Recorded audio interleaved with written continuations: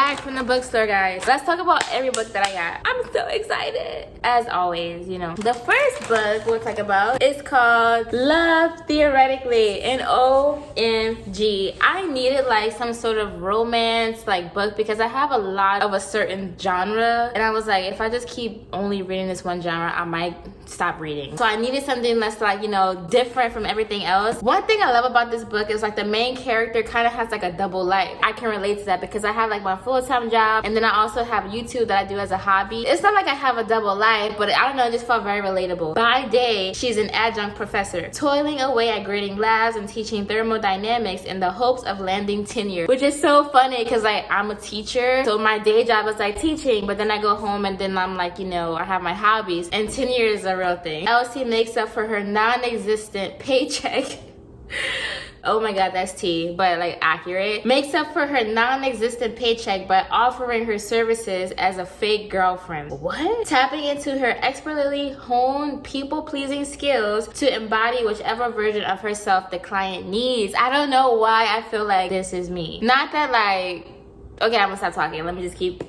Honestly, it's a pretty sweet gig. LC-verse comes crashing down because Jack Smith, the annoyingly attractive and arrogant older brother of her favorite client, turns out to be the cold-hearted experimental physicist who ruined her mentor's career and undermined the reputation of theorists everywhere. He rules over the physics department at MIT, okay, standing right between Elsie and her dream job. So this guy pops up. Elsie is prepared for an all-out war of scholarly sabotage, but those long penetrating looks, not having to be anything other than her true self when she's with him, will falling into an experimentalist or finally tempt her to put her most guarded theories on love into practice.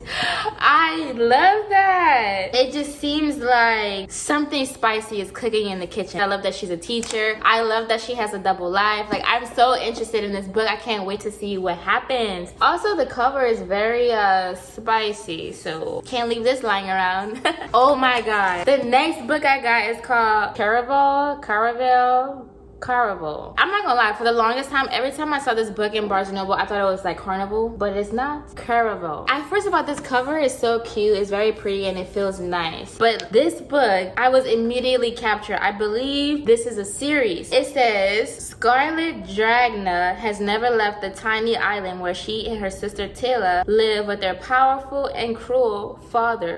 That's terrible. Now, Scarlet's father has arranged a marriage for her, and Scarlet thinks her dreams of seeing Caravel, the faraway once-a-year performance where the audience participates in the show, are over. Okay, that's very interesting, right? But this year, Scarlett's long dreamt of invitation finally arrives. With the help of a mysterious sailor, Taylor whisks Scarlett away to the show, only as soon as they arrive, Taylor is kidnapped by Caravel's mastermind organizer, Legend. It turns out that this season's Caravel revolves around Taylor, and whoever finds her first is the winner. I was automatically like, oh my god, they kidnap your sister, she's part of the show. Whoever finds the sister first is the winner, right? Scarlett has been told that everything that happens during the Caravel is only an elaborate performance, but she nevertheless becomes enmeshed in the game of love, heartbreak, and magic with the other players in the game. Because she needs to find her sister, so she's involved, obviously. And whether Caravel is real or not, she must find Taylor before the 5 nights of the game are over. A dangerous domino effect of consequences is set off, and her sister disappears forever. So she has to find her before all this stuff happens. And I'm like, oh my god, we cannot have that. We must find the sister. I love. I forgot to mention that this book haul was specifically for my September TBR/fall. I'm feeling very much like fantasy, mystical. I don't want to go into spooky horror yet. Not yet. I'm gonna save that for October for sure, because that is definitely like Halloween town. Let's keep going. The real reason I went to Barnes & Noble today was for this book. Dude, if you know anything about books, if you are a booktuber, if you're into books at all, and you haven't heard about this book, you for real live under a rock. Like, I'm for real. Not only is it like raving, but it's fantasy, and that is my vibe. I told you guys, like, that is my stuff. It's a pretty thick book. I'm not even gonna lie, I was not expecting it to be that big. This is the first book of a series. The second book comes out in like November, so I definitely want to make sure I read this book before the second one comes out because I'm so excited, you know. Okay, let's talk about it. This is like someone narrating. Roughly half of you will be dead by this time next summer. The formation is silent except for a few untimely sobs from my left. A third of you again the year after that, and the same your last year. No one cares who your mommy or daddy is here. Even King Tari's second son died during his threshing. So tell me again, do you feel invincible now that you've made it into the Riders Quadrant? Untouchable? Elite? No one cheers. Already I'm like, wait, what? Like somebody basically pees their pants while this is happening, and it says they want us scared. Mission accomplished. Because you're not untouchable or special to them. Zayden points toward the Navy Dragon and leans forward slightly, like he's letting us in on a secret as we lock eyes. To them, you're just the prey. Don't you want to read it? Yo. Basically, it's about this 20-year-old girl named Violet who was supposed to enter in the Scribe Quadrant, living a quiet life among books and history. That sounds like my type of thing. But now, the commanding general, also known as her tough as Talon's mother, has ordered Violet to join the hundreds of candidates striving to become the elite of Navarre. Dragon Riders. But when you're smaller than everyone else and your body is brittle, death is only a heartbeat away. Because dragons don't bond to fragile humans, they incinerate them. With fewer dragons willing to bond than cadets, most would kill Violet to better their own chances of success. The rest would kill her just for being her mother's daughter, like Zayden Ryerson, the most powerful and ruthless wing leader in the Riders Quadrant. He was the one that was talking in the back, like, are you scared yet? Trying to get them scared, and like it's working. She'll need every edge her wits can give her just to see the next sunrise. Yet, with every day that passes, the war outside grows more deadly. The kingdom's protective wards are failing, and the death toll continues to rise. I don't know why I'm smiling. I'm just like, ah! Even worse, Violet begins to suspect leadership is hiding a terrible secret. As they do, right? Friends, enemies, lovers. Everyone at Basgiath War College has an agenda. Because once you enter, there are only two ways out. Graduate or die. Yo! If you don't want to read this book, why wouldn't, like, oh my god! I love the cover. I just love everything about this book. I'm so excited, so hyped. One thing I love about fantasy books is that they're gonna give you a map. Girl, the best ones give you a map of like what's going on, and I actually find myself referring to the map often, because whenever they're talking about I am in this land, I go to the map and see like where they're at, so I can see like, oh, that wasn't like a long journey, or like, I don't know why I'm like that, but I guess it's on purpose, because why else would they put a map in the book if like no one was gonna look at it, you know? So I definitely look at the maps. But oh my god, that's literally the whole reason why I went to the bookstore today, was because of this book. Not kidding. And I'm so glad I found it. And like they have stuff everywhere showing like the pre-sale for the next one that's coming out, and I'm just like, I just feel like I am aligned with the universe. I tend to be last on the book trend. Like I tend to be like after everybody else has already read it, then I read it. But this time I'm right with you, okay? I'm right with you. Let's get it. Lastly, the last book I got was called Remarkably Bright Creatures.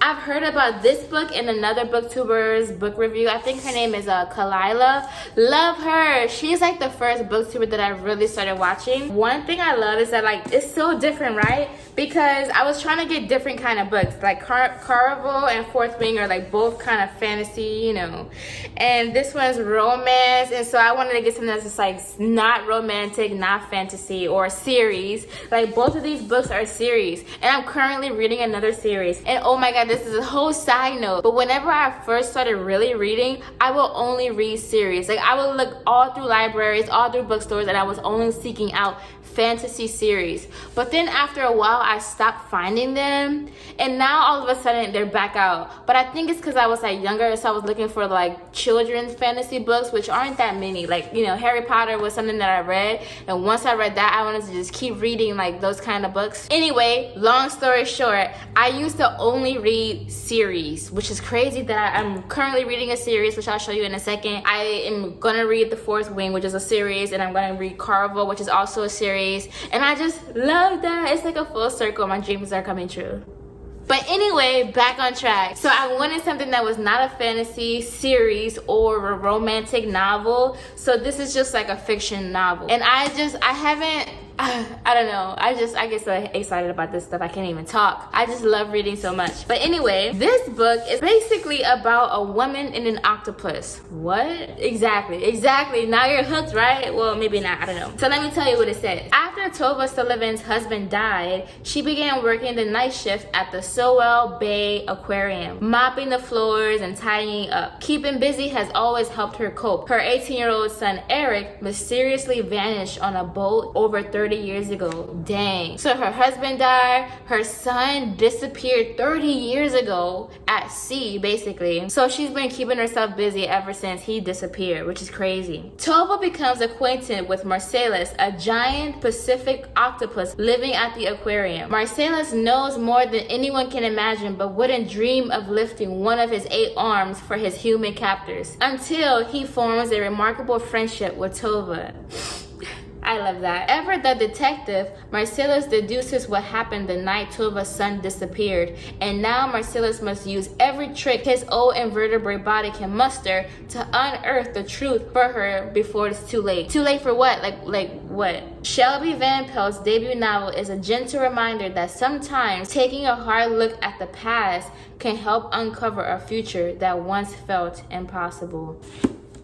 That's pretty sad, you know. You know, I love the idea of the octopus because that makes it a little bit more mystical, kind of like fantasy a little bit, because the octopus is a whole character. Like the octopus talks, and like the octopus has a voice in this book. Because when I was at Barnes and Nobles, I was like flipping through and reading a few pages, and like one chapter is Tova and the next chapter is the octopus. So like I love when authors do that. Like they give every person a voice, and then you get to see what they're thinking from their perspective. You know what I mean? Like that is pretty cool. And I'm just so excited to see like what happened to the son. Like I already have questions like, how did he disappear for 30 years and nobody find him? Like where is he, you know? And how is it that the octopus is gonna help her?